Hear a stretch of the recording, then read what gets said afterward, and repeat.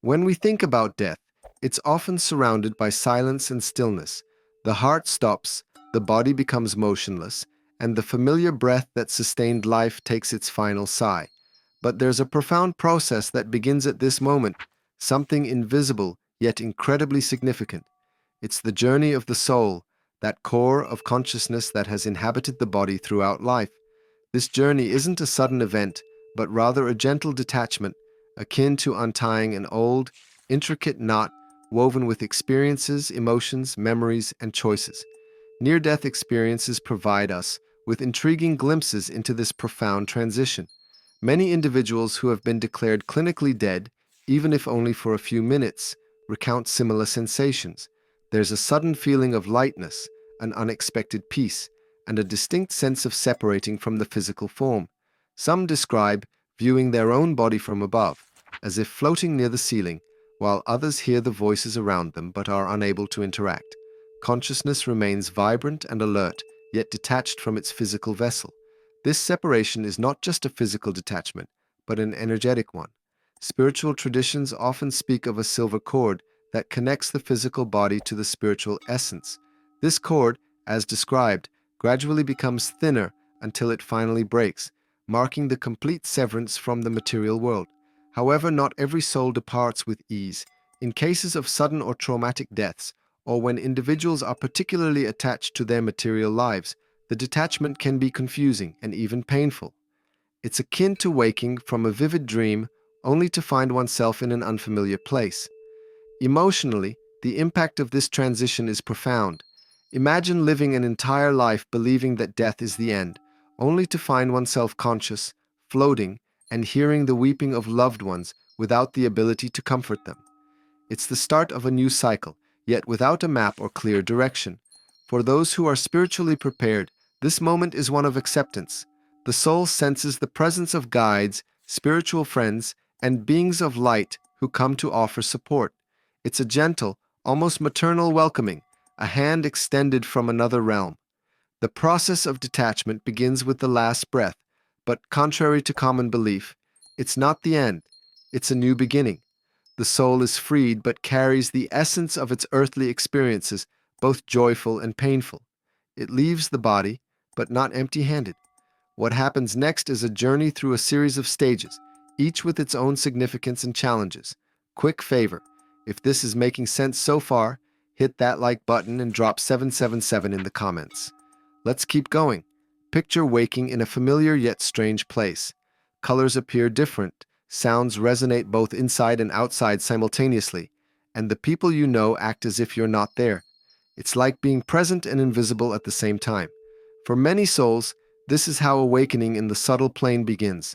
Awareness doesn't fade. In fact, it often becomes more lucid. The confusion arises because the soul still carries remnants of its physical life, including thoughts, fears, and memories. This disorientation is compounded by the soul's attempts to continue its earthly routine, going home, speaking to loved ones, trying to complete unfinished tasks. Yet nothing responds to its touch. Doors remain closed, words go unheard. This generates isolation and anguish. Souls may linger for days or weeks, especially after sudden deaths like accidents or heart attacks.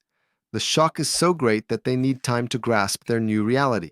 It's akin to waking from a coma without anyone to explain the situation. Spiritual traditions, such as Spiritism, emphasize this period as crucial for the soul's future. A soul attached to material concerns or unresolved issues may remain in what is termed the lower plane or earth crust, a state between worlds. Here it still feels human emotions, but lacks a physical form to act upon them. Spiritual connections play a vital role during this time. If the soul has cultivated self-awareness, faith, or good deeds, it often receives prompt assistance from guides and beings of light to ease the transition.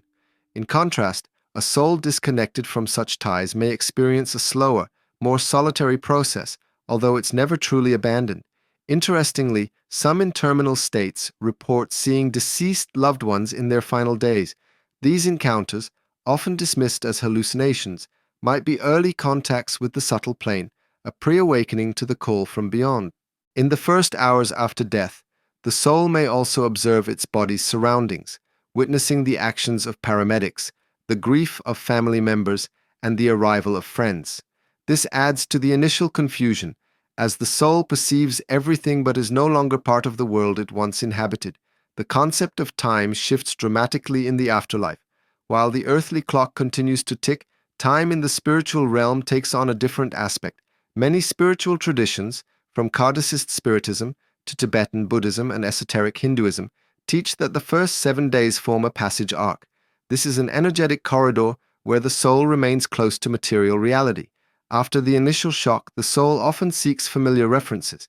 Some may stay near their body or follow family members to funerals and memorials, driven by an inner urgency to understand their condition and ensure their loved ones are okay.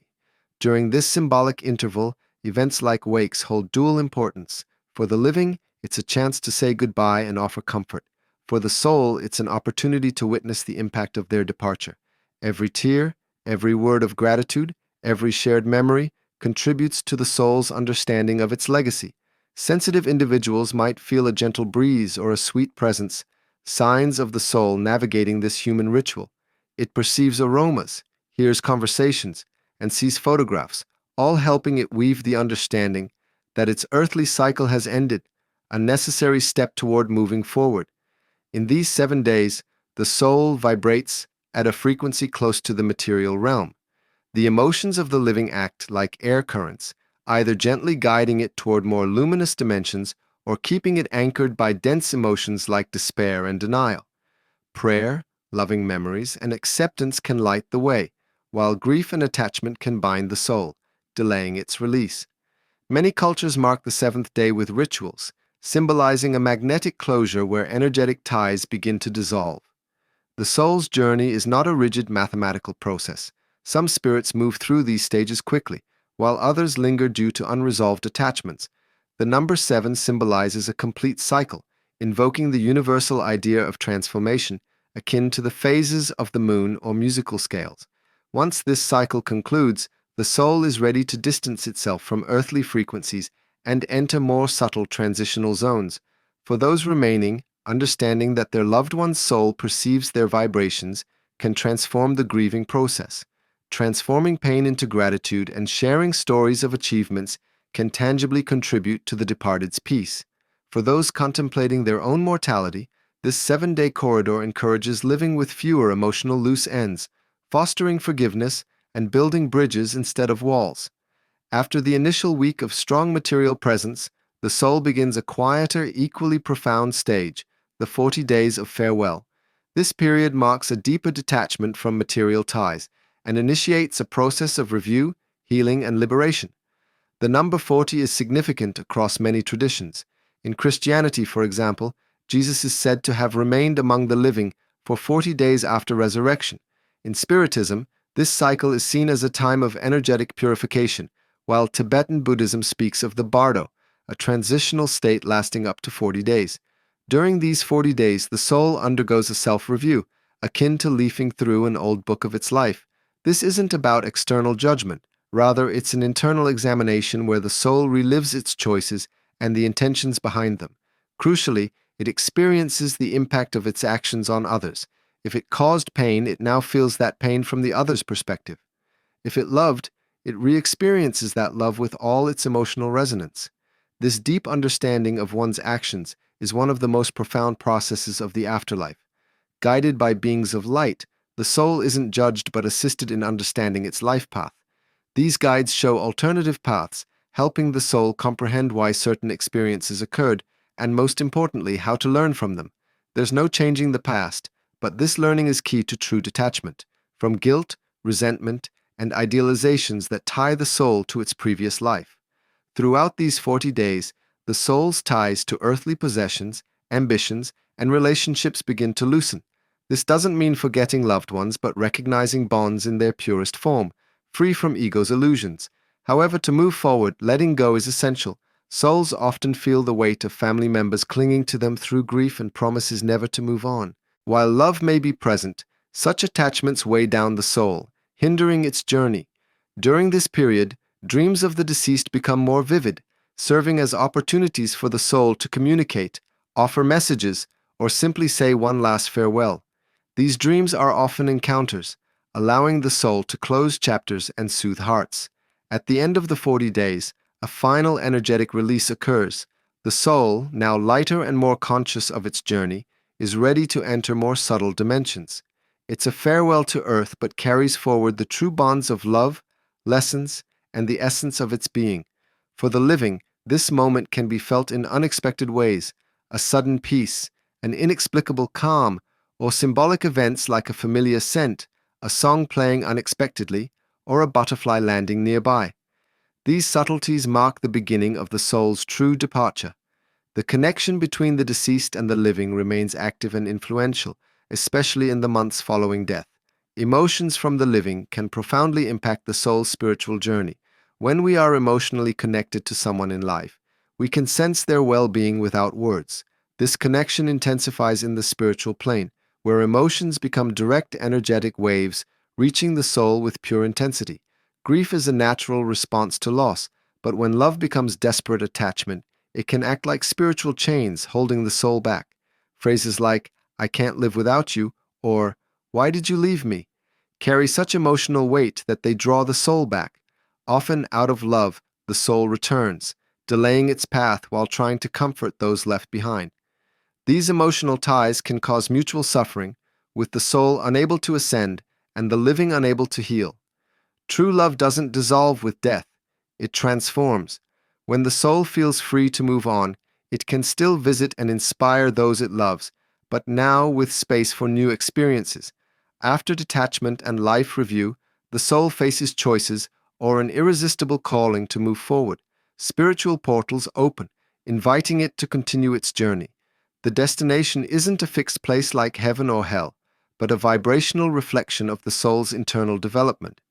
These portals are essentially frequency passages, leading the soul to different spiritual planes. Descriptions of these destinations vary. Some soul journeys are guided by spiritual beings, while others are drawn by an inner beacon. Some remain stuck in dense emotions, unable to access any portal, often due to guilt, fear, or extreme attachment. These portals can lead to various destinations. Spiritist literature, like the works of Chico Xavier, describes spiritual colonies, organized cities with buildings, hospitals, and schools, offering healing and learning. Other mediums report similar environments, accessible to souls who lived ethically and with a desire to grow. Outside these colonies, there are astral planes, vibrational layers where time flows differently, and matter is more malleable. Higher frequencies are luminous, while denser planes are zones of confusion and emotional entrapment. These aren't punishments, but reflections of unresolved emotions. Not all souls go directly to a colony or specific plane.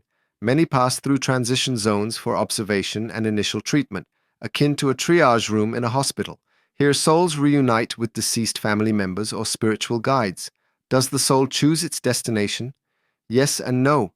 The soul is drawn to its vibrational match, but souls with greater spiritual awareness can choose more freely and continue their journey with less resistance. Upon reaching its vibrational destination, the soul enters a phase of spiritual treatment and re-education, understanding its life, feelings, and areas for evolution. Even free from the body, the soul may carry emotional wounds and unresolved issues. Death doesn't erase everything. Consciousness remains itself. In the subtle realms, souls are welcomed into spaces dedicated to healing. These luminous rooms provide rest and recovery. Some souls experience restorative sleep, akin to surfacing from a deep dive, while others receive active treatments and guidance from spiritual mentors. The goal is to restore balance. After rest, the soul expands its consciousness through learning, not theoretical knowledge, but living wisdom.